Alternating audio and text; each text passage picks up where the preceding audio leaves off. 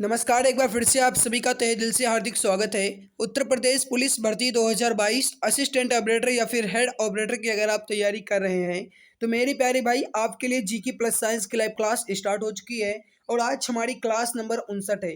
इसके पहले हमने 58 तक अच्छे से कंप्लीट कर लिया है। अगर आपने नहीं देखा तो आप चैनल की प्लेलिस्ट में जा करके हर एक क्लास को क्रमानुसार देख सकते हैं। आपको बता दें मेरे प्यारे भाई कि जितनी भी क्लासेस हो रही हैं सारी क्लासेस की पीडीएफ भी आपको मिल जाएगी और सारी क्लासेस की वीडियोस आपको हमारे चैनल की प्लेलिस्ट में मिल जाएगी। तो मेरे प्यारे भाई अब आइए हम बिना किसी देरी के आज की इस क्लास की शुरुआत करते हैं। सभी प्यारे भाई बहन को गुड इवनिंग, सभी को हैप्पी होली। आइए फटाफट क्लास की तरफ बढ़ते हैं। बाहर वालों की सुनोगे तो बिखर जाओगे, अपने अंदर मन की सुनोगे तो निखर जाओगे। समझ गए होंगे मेरे प्यारे भाई, बाहर वालों की सुनोगे तो बिखर जाओगे, अपने अंदर मन की सुनोगे तो निखर जाओगे। आप समझ गए होंगे गाइस। अब आप अपने मन के अंदर से सोचिए और समझिए कि आपको क्या करना है, आपको किस तरीके से तैयारी करना है ताकि एक सीट आपकी पक्की हो सके। इस बार आप सब प्यारे भाई बहन का सिलेक्शन हो सके।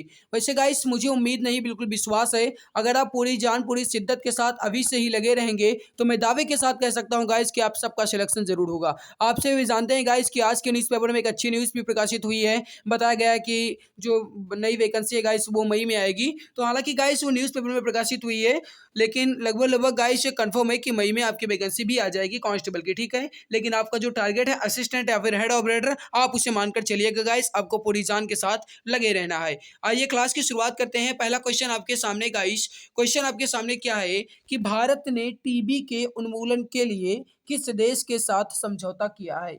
इंपॉर्टेंट बहुत है, फटाफट आंसर देंगे। राइट आंसर क्या हो जाएगा मेरे प्यारे भाई, आज मैं आने आपके लिए प्रैक्टिस सेट लेकर आए हैं। इसका आंसर बताएंगे, करेक्ट आंसर क्या हो जाएगा। मेरी प्यारी भाई याद रखिएगा, भारत ने टीबी के उन्मूलन के लिए अमेरिका के साथ समझौता किया। सही आंसर क्या होगा यहाँ पर आपका ऑप्शन नंबर सी। तो जो भी हमारे प्यारे भाई बहन ऑप्शन नंबर सी बता रहे हैं बिल्कुल करेक्ट आंसर हो जाएगा। अगला क्वेश्चन आपके सामने है। क्वेश्चन क्या कह रहा है कि अकबरपुर माटी उत्तर प्रदेश के किस जिले का मुख्यालय है। देखो गाइज इसी प्रकार क्वेश्चन आएगा आपके एग्जाम में, ठीक है। ये प्रैक्टिस सेट ही है आपका, यूपी पुलिस कांस्टेबल का प्रैक्टिस सेट ही मैं आपके लिए लेकर आया हूँ। तो बताइए अकबरपुर माटी उत्तर प्रदेश के किस जिले का मुख्यालय है।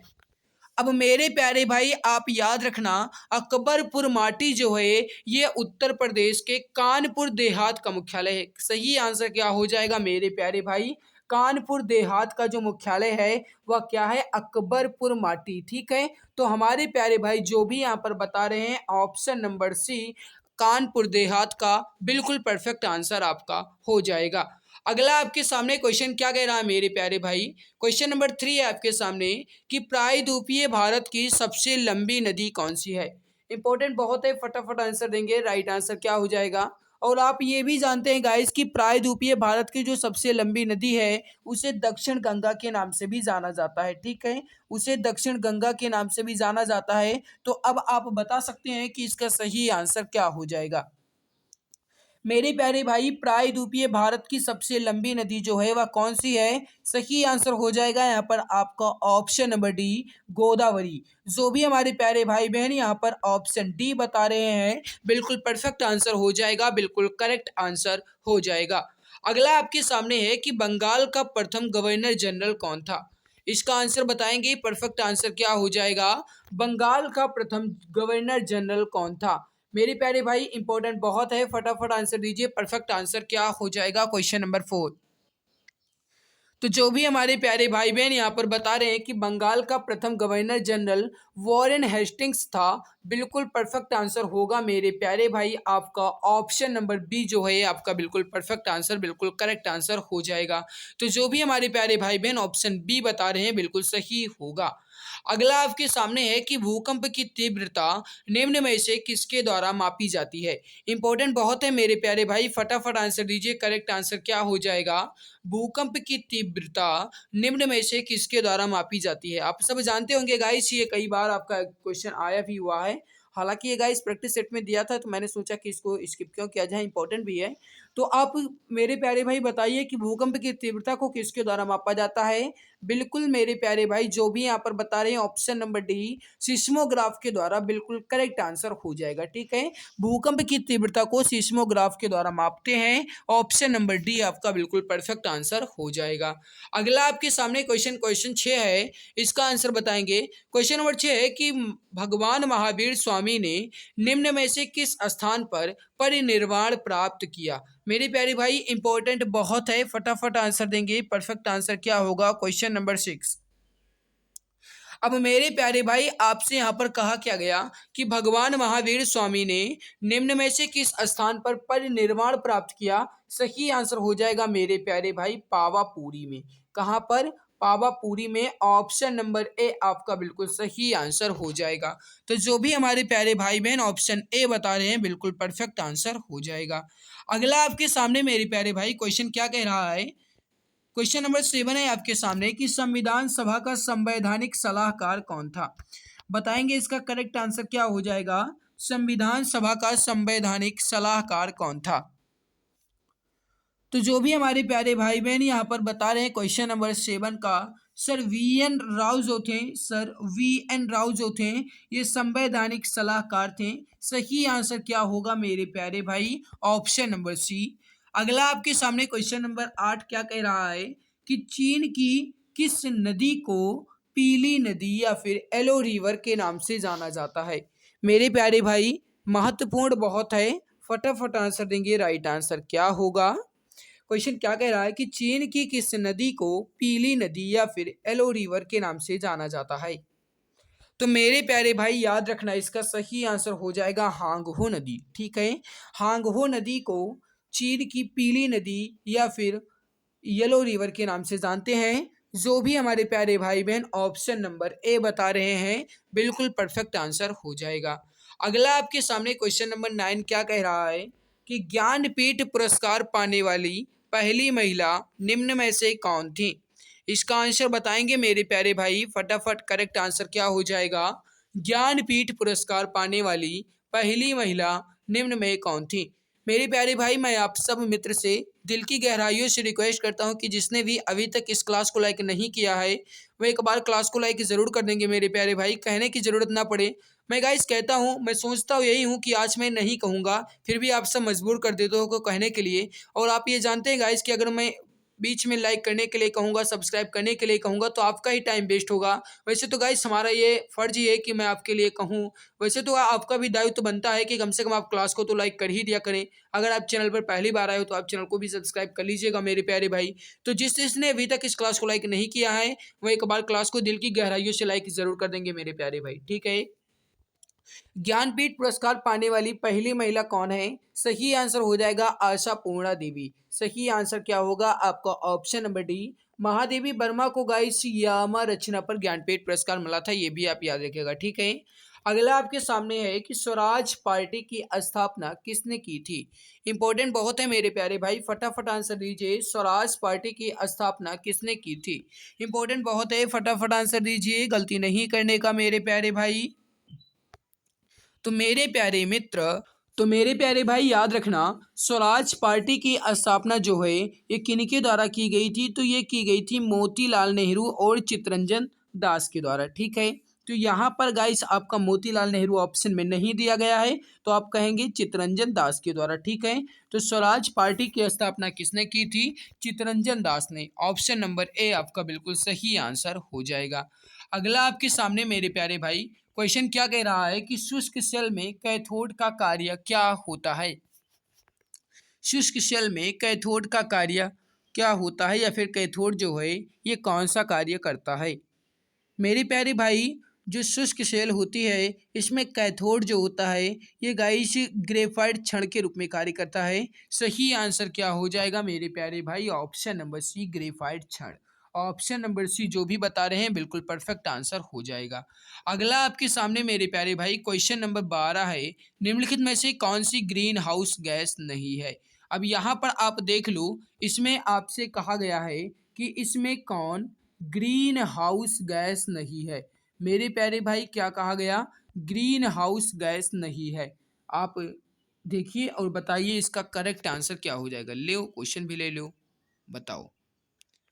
तो मेरे प्यारे भाई याद रखना क्वेश्चन नंबर 12 का सही आंसर हो जाएगा इसमें जो गाइस नाइट्रोजन है मेरे प्यारे भाई, क्वेश्चन नंबर 12 का नाइट्रोजन जो है ये ग्रीन हाउस गैस नहीं है। ऑप्शन नंबर ए आपका बिल्कुल सही होगा।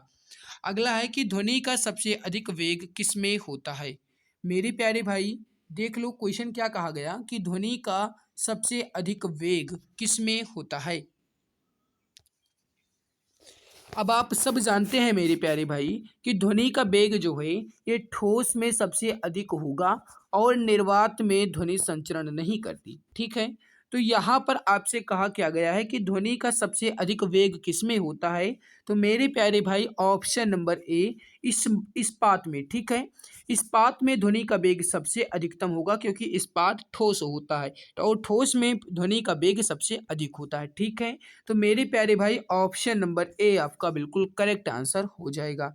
अगला आपके सामने कि चीनी यात्री फहियान किसके शासनकाल में भारत आया। आज गाइस मेरे गले में थोड़ी खराश है, इसकी वजह से मैं बहुत तेज नहीं बोल रहा हूँ, फिर भी गाइस मैं बिल्कुल स्पष्ट बोल रहा हूँ और उम्मीद है कि आपको आवाज़ भी अच्छे से आ रही होगी। तो चीनी यात्री फहियान किसके शासनकाल में भारत आया, बताएंगे इसका करेक्ट आंसर क्या होगा।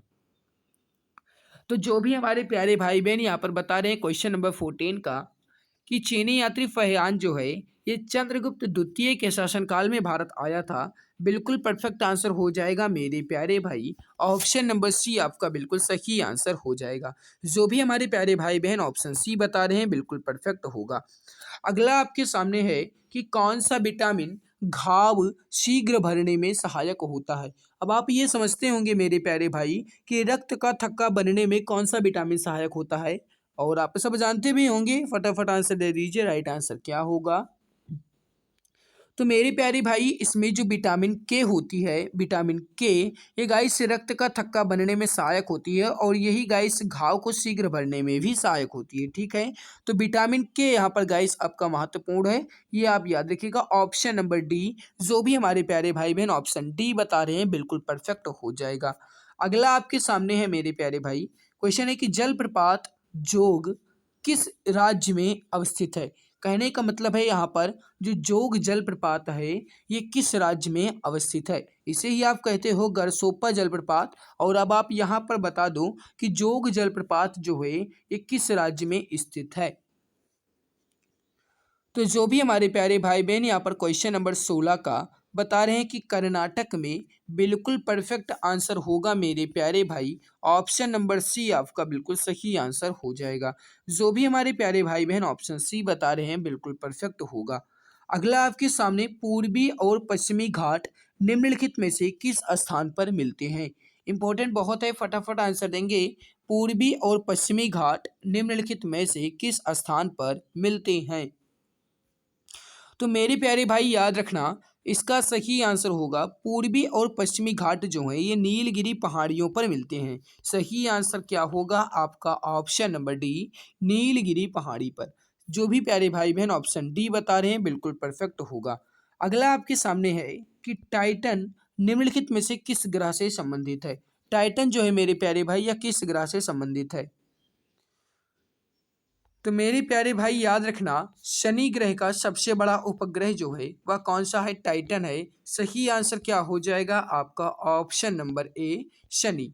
तो जो भी हमारे प्यारे भाई बहन यहाँ पर बता रहे हैं ऑप्शन नंबर ए, शनि, बिल्कुल सही आंसर हो जाएगा। अगला आपके सामने क्वेश्चन क्या कह रहा है कि पंचायती राज्य का सबसे छोटा अंग निम्न में से कौन सा है। अब मेरी प्यारी भाई क्वेश्चन आपसे क्या पूछा गया है कि पंचायती राज का सबसे छोटा अंग निम्न में से कौन सा है।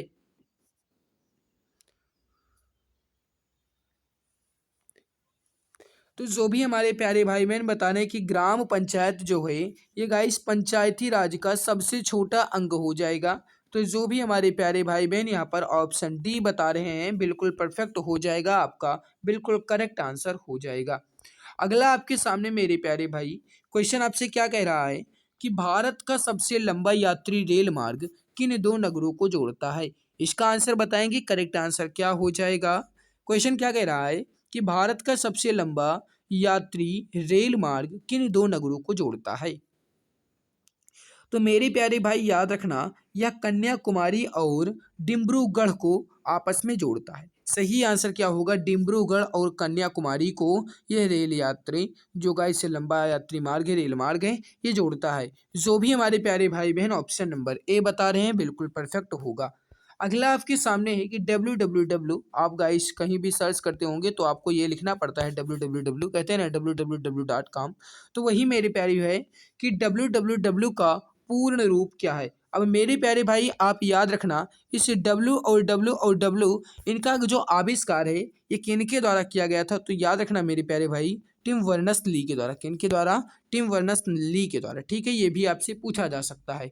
और ये आप याद रखना मेरे प्यारे भाई, इस www का अर्थ होता है वर्ल्ड वाइड वेब। तो जो भी हमारे प्यारे भाई बहन यहाँ पर क्वेश्चन नंबर 21 का ऑप्शन नंबर सी बता रहे हैं कि वर्ल्ड वाइड वेब, बिल्कुल परफेक्ट आंसर हो जाएगा मेरे प्यारे भाई, बिल्कुल करेक्ट आंसर हो जाएगा।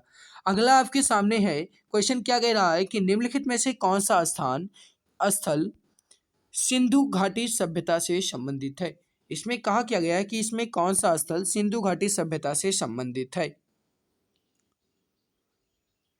तो जो भी हमारे प्यारे भाई बहन क्वेश्चन नंबर 22 का यहाँ पर बता रहे हैं कि इसमें धौलावीरा, लोथल, कालीबंगा, धौलावीरा, लोथल, कालीबंगा, ये सारे सिंधु घाटी से संबंधित हैं, यानी all of these. Option number D आपका बिल्कुल सही होगा।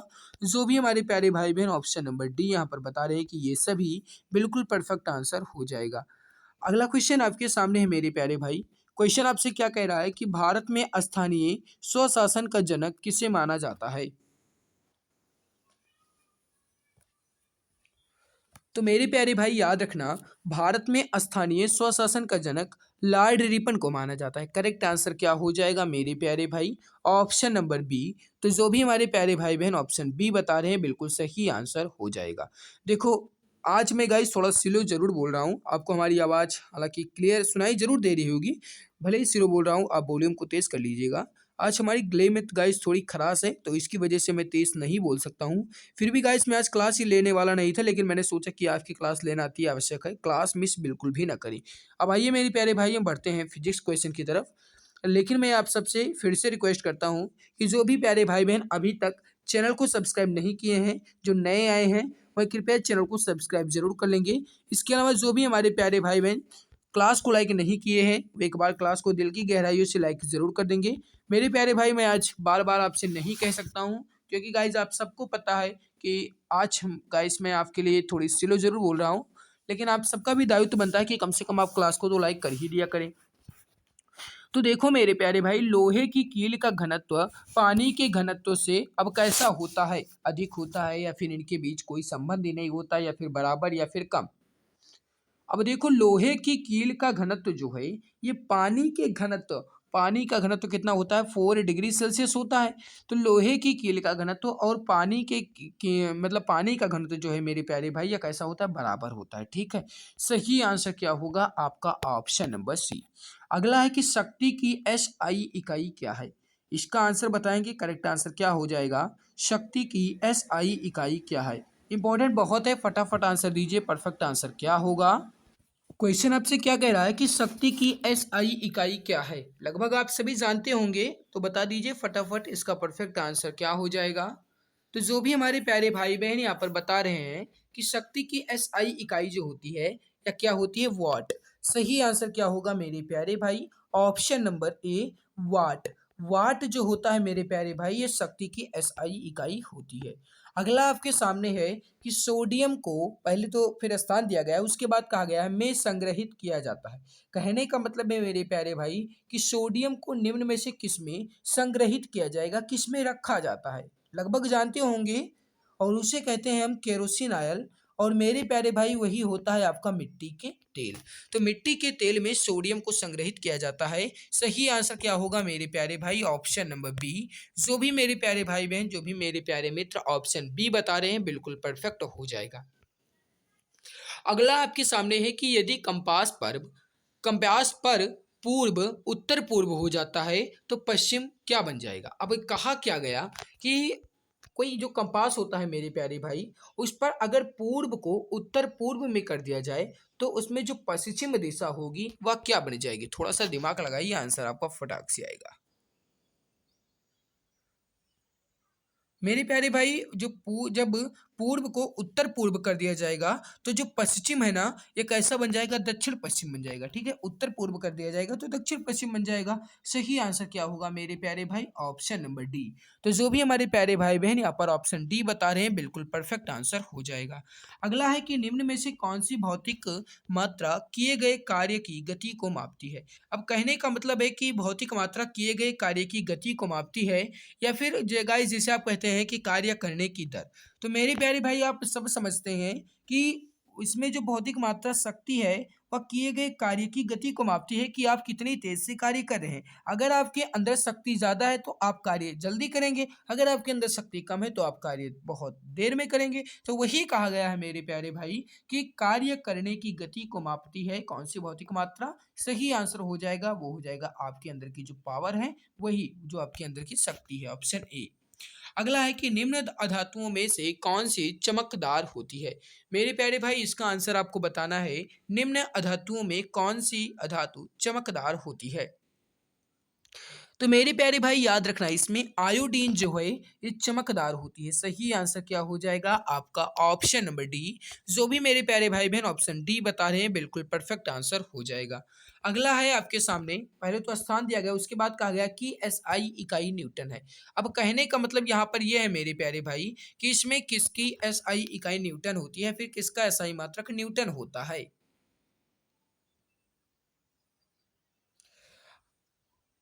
तो मेरे प्यारे भाई आप सब जानते हैं कि भार का भी एसआई मात्रक न्यूटन होता है और बल का भी एसआई मात्रक न्यूटन ही होता है। करेक्ट आंसर क्या होगा यहाँ पर आपका, ऑप्शन नंबर डी। भार और बल की एसआई इकाई न्यूटन है। करेक्ट आंसर क्या हो जाएगा आपका, ऑप्शन नंबर डी। अगला आपके सामने कि प्रकाश की चाल सबसे अधिक होती है। अब मेरे प्यारे भाई आप याद रखना कि जो ध्वनि की चाल जिसमें संचरण नहीं कर सकती है उसमें प्रकाश की चाल सबसे अधिक होगी। ठीक है, तो कहने का मतलब है मेरे प्यारे भाई यहाँ पर कि प्रकाश की चाल जो होती है ये निर्वात में सबसे अधिक होगी। कहने का मतलब है यहाँ पर आपका ऑप्शन नंबर बी बिल्कुल सही होगा। जो भी हमारे प्यारे भाई बहन यहाँ पर ऑप्शन बी बता रहे हैं बिल्कुल सही आंसर हो जाएगा। अगला आपके सामने है कि किलोवाट घंटा या फिर 1 किलोवाट घंटा बराबर कितना, बताएंगे हमारे सभी प्यारे भाई। करेक्ट आंसर क्या हो जाएगा। तो मेरे प्यारे भाई आप सब जानते हैं कि 1 किलोवाट घंटा बराबर होता है 3 × 10⁻6 जूल। तो मेरे प्यारे भाई वही है कि इसमें सही आंसर हो जाएगा 36 लाख जूल के बराबर 1 किलोवाट घंटा होता है। करेक्ट आंसर क्या होगा आपका, ऑप्शन नंबर डी। जो भी मेरे प्यारे भाई बहन यहाँ पर ऑप्शन डी बता रहे हैं बिल्कुल सही होगा। अगला आपके सामने है कि दांतों का टूटना तब शुरू होता है जब मुंह का पीएच मान कितना होगा। कहने का मतलब ये है मेरे प्यारे भाई कि दांत कब टूटने शुरू होते हैं और इसका जब पीएच मान में क्या परिवर्तन होगा। मेरे प्यारे भाई याद रखना जब 5.5 से कम हो जाएगा पीएच मान। याद रखना मेरे प्यारे भाई क्या कह रहे हैं कि जब यहाँ पर 5.5 से कम हो जाएगा पीएच मान तब दांत जो होते हैं ये टूटने लगते हैं। ये आप जानते हैं गाइस कि अगर पीएच पैमाना में मान 7 से कम होता है तो जो माध्यम होता है, जो प्रकृति होती है वह अम्लीय होती है। यानी दांत जो है ये टूटना कब प्रारंभ होते हैं, अम्लीय माध्यम में ही टूटना प्रारंभ होते हैं। तो जब 5.5 से कम होगा मान तभी दांत टूटना प्रारंभ होता है। अगला आपके सामने कि निम्न में से क्या आर्किमिडीज के सिद्धांत पर आधारित नहीं है। ध्यान दीजिएगा मेरे प्यारे भाई, कहा क्या गया है कि इसमें क्या आर्किमिडीज के सिद्धांत पर आधारित नहीं है। आप सभी प्यारे भाई बहन ये जानते ही हैं कि वाहनों की गति मापने के लिए हम स्पीडोमीटर का प्रयोग करते हैं, सॉरी ओडोमीटर का। ठीक है, तो करेक्ट आंसर क्या होगा मेरे प्यारे भाई यहाँ पर आपका, option number C. Odometer guys जो है ये आर्किमिडीज के सिद्धांत पर आधारित नहीं है। करेक्ट आंसर क्या हो जाएगा आपका, ऑप्शन नंबर सी। जो भी मेरे प्यारे भाई बहन ऑप्शन सी बता रहे हैं बिल्कुल परफेक्ट होगा। अगला आपके सामने है कि निम्न में से कौन सी क्रिया अत्यधिक ऊष्माक्षेपी होती है। इसका आंसर बताएंगे, थोड़ा समझने की कोशिश करना मेरे प्यारे भाई, इंपॉर्टेंट है। ठीक है, और इसका आंसर आप ध्यान दीजिएगा क्या हो सकता है। निम्न में से कौन सी क्रिया अत्यधिक ऊष्माक्षेपी होती है। तो मेरे प्यारे भाई याद रखना जब सल्फ्यूरिक अम्ल को जल में घोला जाएगा तब उसकी क्रिया कैसी हो जाएगी, ऊष्माक्षेपी। सही आंसर क्या हो जाएगा, जब सल्फ्यूरिक अम्ल को जल में घोला जाएगा या फिर सल्फ्यूरिक अम्ल का जल में घुलना अत्यधिक ऊष्माक्षेपी अभिक्रिया होगी। ऑप्शन नंबर ए आपका बिल्कुल सही होगा। अगला है कि जी की एसआई इकाई त्वरण की एसआई इकाई के बराबर होती है, जो कि कहने का मतलब है गाइस, जो इसमें जी है इसका जो गाइस त्वरण का एसआई मात्रक होता है और जो त्वरण का एसआई मात्रक होता है ये बराबर होता है। तो त्वरण का एसआई मात्रक क्या होता है आप ये बता दो, करेक्ट आंसर क्या होगा। अब मेरे प्यारे भाई आप यहाँ पर समझ सकते हो त्वरण बराबर क्या होता है, वेग में परिवर्तन की दर। वेग में परिवर्तन की दर को ही कहते हैं त्वरण। और ये आप समझते हैं मेरे प्यारे भाई, वेग क्या होता है मीटर प्रति सेकंड और दर फिर नीचे है यानी कि सेकंड फिर होगा। तो वही है मेरे प्यारे भाई मीटर प्रति सेकंड स्क्वायर। मीटर प्रति सेकंड स्क्वायर जो है ये जी की एसआई इकाई कहा जाए या फिर त्वरण की एसआई इकाई कहा जाए, बात एक ही है। ऑप्शन सी आपका बिल्कुल परफेक्ट होगा। अगला है कि 2017 में रिलीज हुई फिल्म न्यूटन में किसने मुख्य भूमिका निभाई।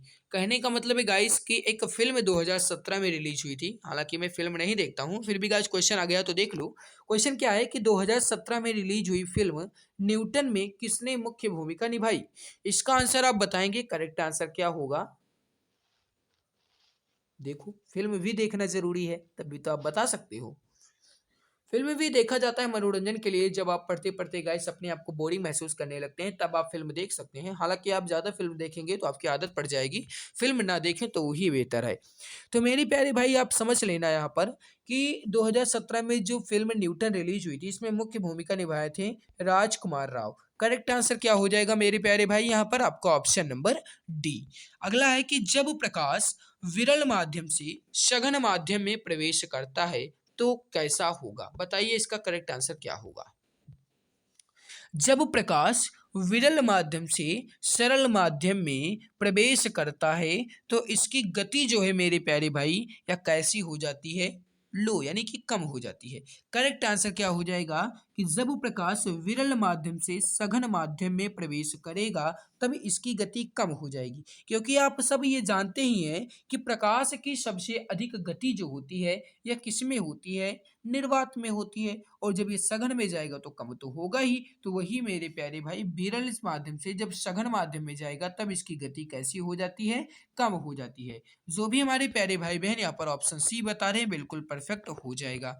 अगला आपके सामने मेरे प्यारे भाई क्वेश्चन क्या कह रहा है, वन इंडिया गर्ल पुस्तक का नाम है वन इंडिया गर्ल। इस पुस्तक के लेखक का नाम क्या है, यह आपसे पूछा गया है। ठीक है, वन इंडिया गर्ल पुस्तक के लेखक का नाम क्या है। तो मेरे प्यारे भाई जो भी यहाँ पर बता रहे हैं कि चेतन भगत, बिल्कुल करेक्ट आंसर हो जाएगा।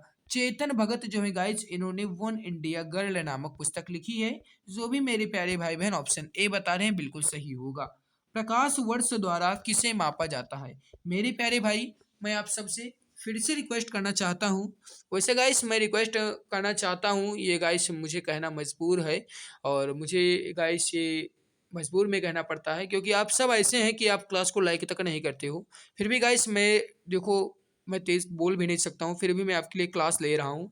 तो आप सबका, आप सब प्यारे भाई बहन का भी दायित्व बनता है कि कम से कम आप क्लास को तो लाइक कर ही दिया करो। चैनल पर पहली बार आए हो तो चैनल को सब्सक्राइब कर लेना। प्रकाश वर्ष जो है मेरे प्यारे भाई ये दूरी, सही आंसर क्या हो जाएगा, दूरी से मापा जाता है। करेक्ट आंसर क्या हो जाएगा आपका ऑप्शन नंबर डी। जो भी हमारे प्यारे भाई बहन ऑप्शन डी बता रहे हैं बिल्कुल सही होगा। अगला है कि उस शब्द का चयन कीजिए जो तीसरे शब्द से उसी तरह संबंधित है जिस प्रकार दूसरा शब्द पहले शब्द से संबंधित है। अब इसका आंसर आपको बताना है, करेक्ट आंसर क्या हो जाएगा। मेरे प्यारे भाई अमीटर जिस प्रकार विद्युत धारा उसी प्रकार ओम मीटर प्रतिरोध। करेक्ट आंसर क्या हो जाएगा मेरे प्यारे भाई ऑप्शन नंबर डी, बिल्कुल सही आंसर हो जाएगा। जो भी हमारे प्यारे भाई बहन ऑप्शन डी बता रहे हैं बिल्कुल सही होगा। अगला आपके सामने है कि निम्न में से कौन सी वस्तुओं में स्थितिज ऊर्जा होगी। अब मेरे प्यारे भाई आप यहाँ पर देखो कहा क्या गया कि इसमें पोटेंशियल एनर्जी जो है किस में होगी, स्थितिज यानी कि जिसमें कोई गति ना हो रही हो। एक लुढ़कता हुआ पत्थर इसमें तो आपकी गतिज ऊर्जा हो जाएगी, काइनेटिक एनर्जी हो जाएगी। चलती गोली या भी कार्य कर रही है भी गतिज ऊर्जा हो जाएगी। उठाया हुआ हथौड़ा, हथौड़ा केवल उठाया गया है, इसका इसके द्वारा किसी को भी पीटा नहीं जा रहा है। तो उठाया हुआ हथौड़ा जो है मेरे प्यारे भाई इसमें कौन सी ऊर्जा हो जाएगी, पोटेंशियल एनर्जी या फिर स्थितिज ऊर्जा। जो भी हमारे प्यारे भाई बहन यहाँ पर ऑप्शन सी बता रहे हैं बिल्कुल परफेक्ट आंसर हो जाएगा। तो मेरे प्यारे भाई हमने यहाँ पर जीके और साइंस के क्वेश्चंस को कंप्लीट कर लिया है। वैसे गाइस मुझे ये उम्मीद ही नहीं बल्कि विश्वास है कि आपको हमारी क्लास आज को हमारी मेहनत आपको बहुत अच्छी लगी होगी। अगर अच्छी लगी तो आप क्लास को लाइक ज़रूर करना। अगर आप चैनल पर पहली बार आए हो मेरे प्यारे भाई तो मैं आपसे रिक्वेस्ट करता हूँ कि कृपया आप चैनल को सब्सक्राइब जरूर कर लीजिएगा। मेरे प्यारे भाई जितनी भी क्लासेस हो रही हैं सारी क्लासेस की पीडीएफ आपको हमारे टेलीग्राम चैनल पे मिल जाएगी। आप टेलीग्राम पर जाइए, वहाँ पर सर्च कर लीजिएगा exam Guruji by Arvind sir, वहाँ पर आपको सारी क्लासेस की पीडीएफ मिल जाएगी, ठीक है। और इसके अलावा आपको बता दें मेरे प्यारे भाई, आप इस बार होली तो खेलिएगा लेकिन आप ये समझ लीजिएगा कि इस बार तो होली आप वैसे ही खेल रहे हैं लेकिन अगली बार होली वर्दी वाली होनी चाहिए। ये बात अपने दिमाग में रख लीजिएगा। और मुझे उम्मीद नहीं विश्वास है कि गाइस अगली बार होली आपकी वर्दी वाली होगी, पूरी जान पूरी शिद्दत के साथ। हालांकि अब जब आप गाइस वर्दी पा जाएंगे तो आपको छुट्टी तक नहीं मिलेगी, लेकिन ये छुट्टी गाइस जो है ये छुट्टी नहीं, बहुत ही अच्छी, बहुत ही मज़ा आता है, आप समझेंगे आप वर्दी पा जाएंगे तब। तो आज की इस महत्वपूर्ण क्लास में बस इतना ही। आज की हमारी मेहनत आपको कैसी लगी कमेंट सेक्शन में कमेंट करके जरूर बताना, ठीक है। तो आज की इस महत्वपूर्ण क्लास में बस इतना ही, मिलते हैं दूसरी नई क्लास में, तब तक के लिए धन्यवाद।